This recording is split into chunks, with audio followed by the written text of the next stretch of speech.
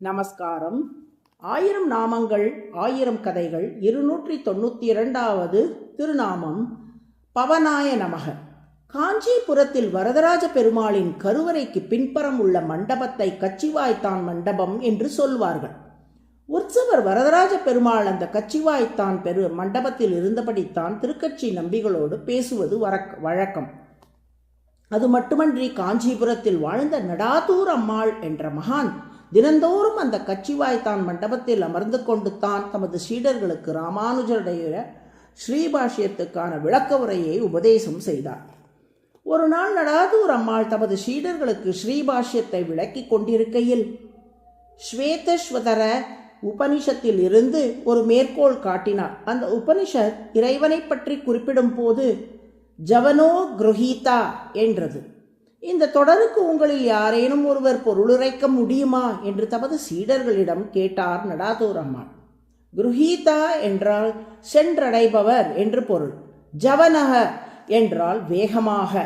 ஜவனோ குருஹீதா என்றால் இறைவன் வேகமாக பயணிக்கிறார் என்று பொருள் கொள்ளலாமா என்று பணிவுடன் ஒரு சீடர் கேட்டார்.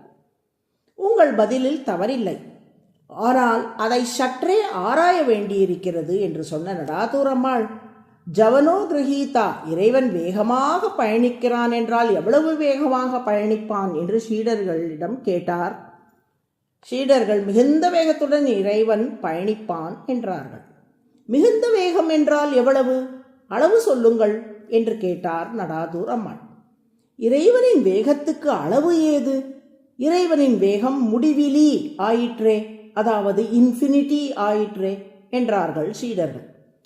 மணிக்கு 40 மைல் வேகத்தில் பயணிப்பவர் 400 மைல்களை கடக்க எவ்வளவு நேரமாகும் என்று கேட்டார் நடாதூர் அம்மாள்.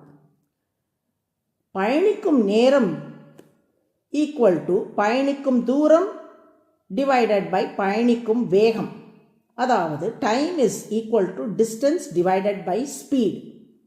பயணிக்கும் தூரத்தை பயணிக்கும் வேகத்தால் வகுத்தால் பயணிக்கும் நேரத்தை கணக்கிடலாம் என்ற சூத்திரத்தை நாம் அனைவரும் அறிவோம் அல்லவா?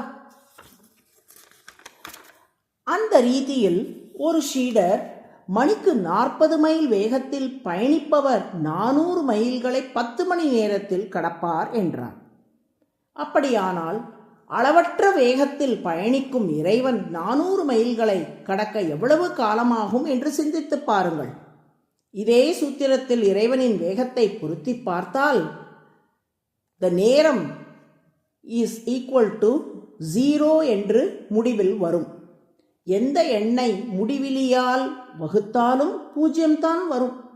எனவே எத்தனை தூரம் இறைவன் பயணித்தாலும் அதற்கு அவன் எடுத்துக்கொள்ளும் காலம் என்பது 0மே, அதாவது ஒரு நொடி கூட அவன் எடுத்துக்கொள்வதில்லை என்றார் நடாதூர் அம்மாள்.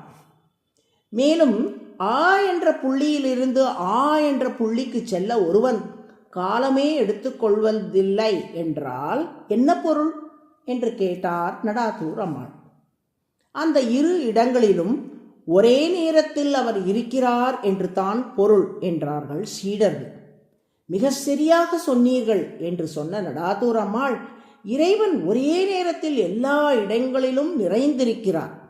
அதனால்தான் எந்த இடத்தில் இருந்து வேறு எந்த இடத்துக்கு செல்வதானாலும் அதற்கு அவர் ஒரு நொடி பொழுது கூட கால அவகாசம் எடுத்துக்கொள்வதில்லை.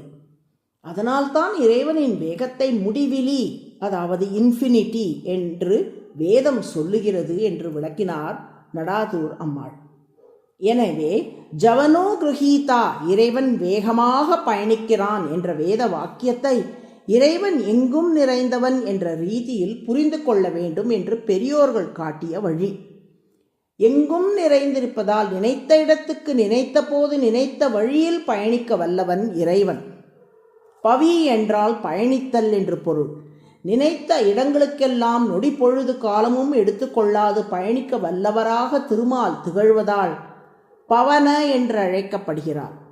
காற்றும் எல்லா இடத்துக்கும் பயணிக்க வல்லதாக இருப்பதால் தான் காற்றுக்கும் பவன என்று வடமொழியில் பெயர்.